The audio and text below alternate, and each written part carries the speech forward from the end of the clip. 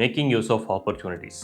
நம்ம வந்து ஒரு இயர்லி ஸ்டேஜ் ஆஃப் கெரியரில் நம்ம இருக்கோம் அப்படின்னா, ஒரு ஃபியூவர் ஆப்பர்ச்சுனிட்டிஸ் தான் நமக்கு வந்து வரும். ஆப்பர்ச்சுனிட்டிஸ் வரதே கம்மியாக தான் இருக்கும். ஸோ அதில் பார்த்தோம் அப்படின்னா, ஒரு சில பேருக்கு நல்லா லக்கியராக இருந்தாங்க அப்படின்னா, நிறைய ஆப்பர்ச்சுனிட்டிஸ் வரலாம். அவங்களுக்கு ஃபேவரபுளாக டக்குன்னு வந்து அமைஞ்சிரும். ஸோ மெஜாரிட்டிக்கு அந்த வாய்ப்பு வந்து கிடைக்கிறது வந்து ரொம்ப கஷ்டம். ஸோ இந்த வாய்ப்பு ஒன்று கிடச்சிருச்சு அப்படின்னா, நம்ம வந்து முக்கியமாக அதை வேல்யூ பண்ணணும்.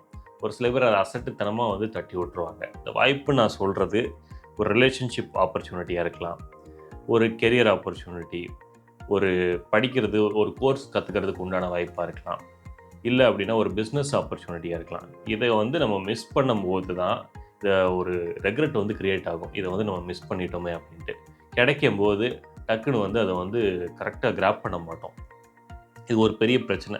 இவ்வளோ நான் சொல்கிறேன் பார்த்தீங்களா, எனக்கு பர்சனலாக பார்த்தீங்க அப்படின்னா ஒரு 2, 3 ஆப்பர்ச்சுனிட்டி வந்தது. ஸோ இதில் ஒரு ஆப்பர்ச்சுனிட்டியை நான் பர்ஃபெக்டாக அப்படியே வந்து நழுவ விட்டுட்டேன். அடுத்த ஆப்பர்ச்சுனிட்டியை பிடிக்குது பிடிக்கல அப்படிங்கிறத தாண்டி அந்த ஆப்பர்ச்சுனிட்டியோட இம்பார்ட்டன்ஸை பார்த்து அதை அப்படியே நான் கிராப் பண்ணிக்கிட்டேன். அதை அப்படியே லவக்குன்னு பிடிச்சிக்கிட்டேன். ஸோ அந்த ஆப்பர்ச்சுனிட்டி தான் என்னை வந்து இன்னொரு பிளாட்ஃபார்ம் கூட்டு வந்து விட்டுருக்கு. ஸோ அடுத்து ஐ ஆம் சீக்கிங் ஃபார் நெக்ஸ்ட்டு சான்சஸ். அதுதான் ஒரு ஆப்பர்ச்சுனிட்டி அப்படிங்கிறது கிடைக்குது அப்படின்னா அதை வந்து கிராப் பண்ண தெரிஞ்சிருக்கணும். இல்லை அப்படின்னா நம்மளே ஆப்பர்ச்சுனிட்டியை உருவாக்கணும். 2வது சொன்னது ரொம்ப கஷ்டம். ஸோ ஃபஸ்ட்டு சொன்னது நம்ம வந்து மைண்டில் வச்சுக்கணும். So that's the thing. Bye. Thank you.